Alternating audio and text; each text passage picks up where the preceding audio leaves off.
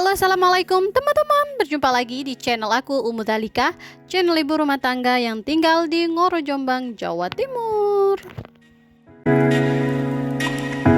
Hutang piutang merupakan hal biasa yang sudah sering kita dengar ya. Hutang bisa dialami oleh siapapun itu dan kapanpun itu. Terlebih sekarang untuk proses pencairan dana jauh lebih dipermudah lagi oleh suatu badan usaha, bank, koperasi, pegadaian ataupun bahkan dari pinjaman online sekalipun. Oke, sekarang kita akan bahas lebih spesifik mengenai hutang yang dialami oleh para ibu rumah tangga. Besarnya pengeluaran dibandingkan dengan pemasukan yang didapat mungkin menjadi salah satu faktor alasan kenapa biasanya ibu rumah tangga itu harus berhutang sana-sini untuk memenuhi kebutuhan ya. Gimana tuh, pusing gak kita mengatur keuangan kalau misalnya kita itu punya hutang? Kalau kalian pernah mengalami hal seperti ini, bingungnya mengatur keuangan dengan banyak hutang, maka kalian wajib banget tonton video ini sampai habis. Di sini aku akan sharing cara mengatur keuangan rumah tangga dengan metode budgeting snowball. Nah, budgeting itu sendiri merupakan proses membuat rencana anggaran untuk membelanjakan uang. Jadi di setiap minggu atau di setiap bulan kalian itu membuat list jenis-jenis pengeluaran yang keluar setiap bulannya atau setiap minggunya. Nanti kalian pergunakan uang pemasukan tersebut untuk memenuhi kebutuhan-kebutuhan wajib tersebut. Nah, di sini yang biasa jadi masalah itu ada pada uangnya ya. Kadang kalau misalnya uang itu kurang, kita mau nggak mau harus berhutang sana sini untuk memenuhi kebutuhan prioritas tersebut. Mungkin ada ya sebagian dari orang yang berhutang justru bukan untuk memenuhi kebutuhan, malah untuk memenuhi gaya hidup. Contohnya nih, misal penghasilan yang kalian punya, sebagian persen dari penghasilan tersebut kalian gunakan untuk mencicil KPR rumah ataupun mengambil angsuran mobil. Mungkin sebagian dari kalian berasumsi bahwasanya kalau kita nggak mencicil dari sekarang, kalau kita nunggu cash, kita nggak akan punya. Tapi kalau kita mencicil pasti kita sudah punya gitu ya kan. Kadang juga ada yang beralasan bahwasanya kalau dengan mencicil kerja kita jauh lebih semangat. Nah, itu balik lagi ke opini masing-masing ya. Kalau menurut opiniku sendiri, selagi kalian mampu untuk membayarnya, nggak apa-apa, silahkan. Tapi balik lagi buat yang penghasilan pas-pasan, kalau kalian memang kurang finansial, kalian kurang sehat, sebisa mungkin hindari yang namanya hutang.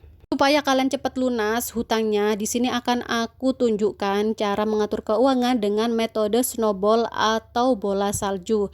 Yang dimana di sini aku jelaskan bola salju itu dari atas misal kecil ke bawah bergelinding, itu lama-lama kan jadi besar. Nah, di sini sebelum aku jelaskan, kalian perlu ketahui bahwasanya hutang merupakan kewajiban yang harus dibayar. Kalau bisa sih ya, kalau kalian mungkin keberatan, kalian harus berusaha untuk mencicilnya. Di sini informasi yang sempat aku dengar bahwasanya kalau kalian masih sanggup untuk mencicil, masalah hutang itu tidak bisa dipidanakan ya. Makanya kalau sudah berani berhutang, kalian juga harus siap menanggung resikonya untuk membayar. Nah, hutang itu sendiri ada yang jatuh temponya sudah ditentukan, ada juga yang pembayarannya bisa dijanjikan. Biasanya kalau kita hutang ke bank atau ke koperasi ataupun pinjaman online, biasanya itu kalau jatuh tempo harus dibayar. Kalau kita nggak bayar, biasanya malah kita kena denda. Beda dengan kalau kita hutang di perorangan gitu ya, kita bisa sewaktu-waktu membayarnya sesuai dengan perjanjian. Baik, di sini akan aku kasih contoh gambaran cara mengatur keuangan rumah tangga dengan menggunakan metode budgeting snowball atau budgeting bola salju yang bertujuan untuk melunasi hutang-hutang yang menumpuk. Nah, di sini aku kasih contoh ya. Di sini ada seorang ibu rumah tangga dengan penghasilan atau income senilai 8 juta rupiah per bulan. Nah, di sini karena dia merasa cukup, dia bersepakat dengan suami untuk mengambil cicilan bank BRI, koperasi, dan ada ini pinjaman dari mertua dan juga pinjaman dari teman. Nah, di sini kenapa dia harus berhutang? Karena dia ada proses renovasi rumah yang menghabiskan banyak dana sehingga dia harus berhutang di bank besar gitu ya. Nah, untuk bank BRI sendiri ini ada hutang senilai 60 juta rupiah dengan cicilan 3 juta per bulan. Sedangkan di koperasi ada 10 juta rupiah dan per bulannya senilai 1.200.000 rupiah. Nah, di sini ada juga hutang di mertua karena mungkin proses renovasinya itu menghabiskan banyak dana ya. Jadi dana BRI-nya sudah habis, akhirnya pinjam koperasi, koperasinya juga sudah habis, akhirnya mau nggak mau pinjam ke mertua dan juga pinjam ke teman senilai di mertua 5 juta, di teman 2 juta rupiah. Nah, di sini untuk total hutang kewajiban yang harus dibayar tiap bulannya atau tanggungan tiap bulannya itu senilai 4.200.000 rupiah. Nah, kira-kira bagaimana cara kita mengatur keuangan rumah tangga dengan hutang segitu banyaknya? Oke, sekarang kita hitung dulu mulai dari pendapatan tiap bulannya. Ini yang harus ditulis itu pendapatan income aktif ya. Jadi pendapatan aktif setiap bulannya itu kita dapat berapa gitu ya. Nah, di sini aku tulis income aktifnya itu sekitar 8 juta. Nah, dari income aktif ini kita kurangi untuk biaya-biaya keperluan yang wajib dulu selama 1 bulan. Nah, di sini ada biaya kewajiban, ada biaya makan dan juga tabungan. Walaupun kita punya hutang, kita juga harus menabung ya, karena kebutuhan dadakan itu pasti ada setiap bulannya. Makanya kita juga perlu menabung walaupun sedikit.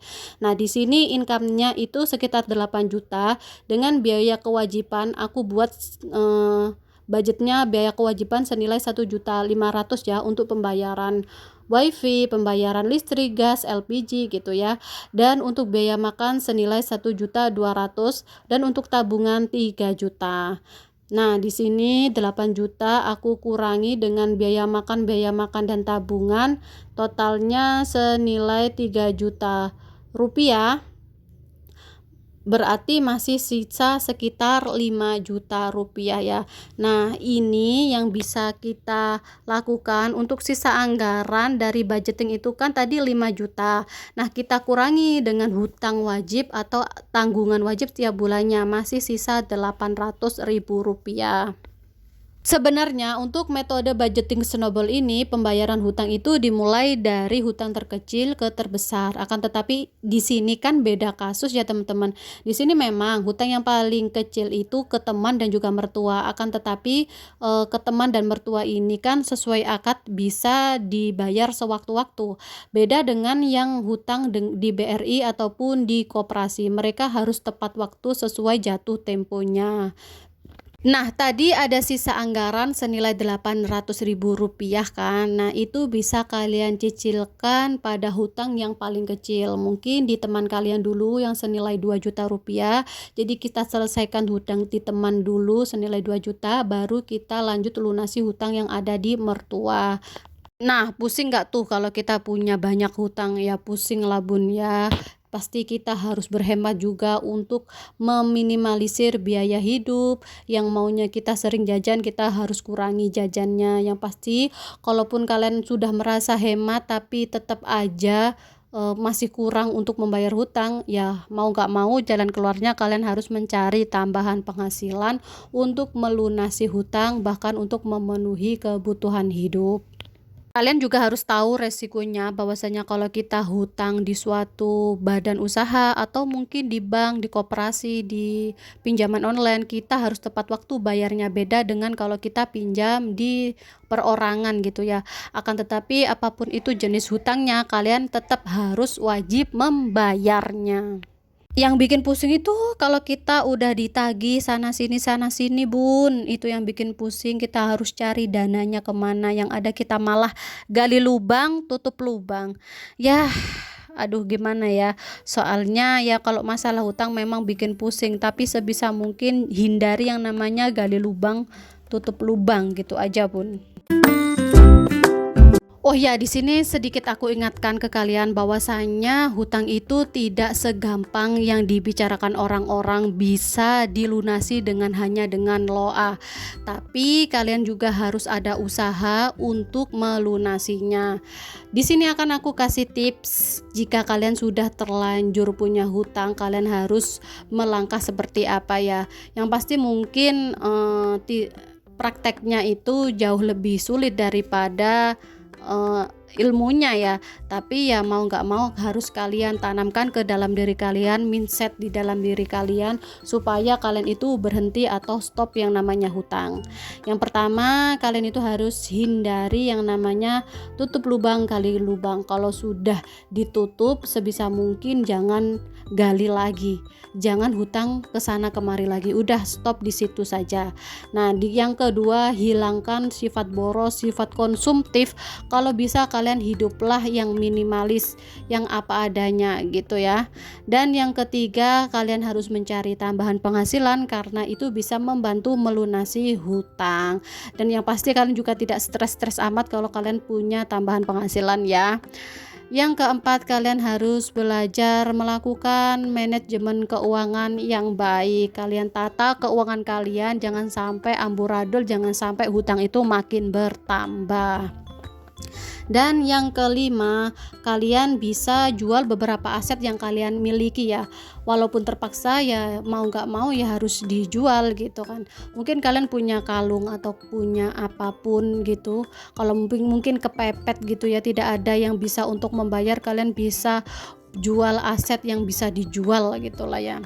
Dan yang keenam, kalian bisa mencairkan aset. Mungkin kalian punya BPJS ketenagakerjaan atau mungkin kalian punya asuransi, bisa kalian cairkan untuk menutup hutang kalian. Dan yang ketujuh, pasti yang penting batasi segala pengeluaran. Kalian harus meminimalisir pengeluaran-pengeluaran yang tidak penting. Prioritaskan pada pengeluaran yang penting terlebih dahulu.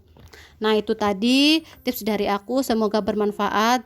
Di sini aku tidak bermaksud untuk menggurui siapapun. Jika ada salah kata, aku ucapkan mohon maaf sebesar-besarnya. Terima kasih, sampai jumpa di video berikutnya.